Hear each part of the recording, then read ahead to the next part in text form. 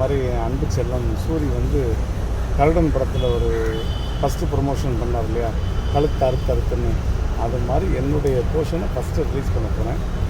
அது வந்து ஒரே ஷாட்டில் கிளிசர்னே இல்லாமல் கண்ணில் வந்து கண்ணீரை ஃபுல் பண்ணி 3 நிமிஷம் நிப்பாட்டி சொல்லும்போது ட்ராப்பாக ரிலீஸ் பண்ணியிருக்கேன். அது மாதிரி ஒரு 10 சீன் பண்ணியிருக்கேன். ஸோ அது ஒரு எனக்கான அடுத்த வேறு ஜேர்னல்.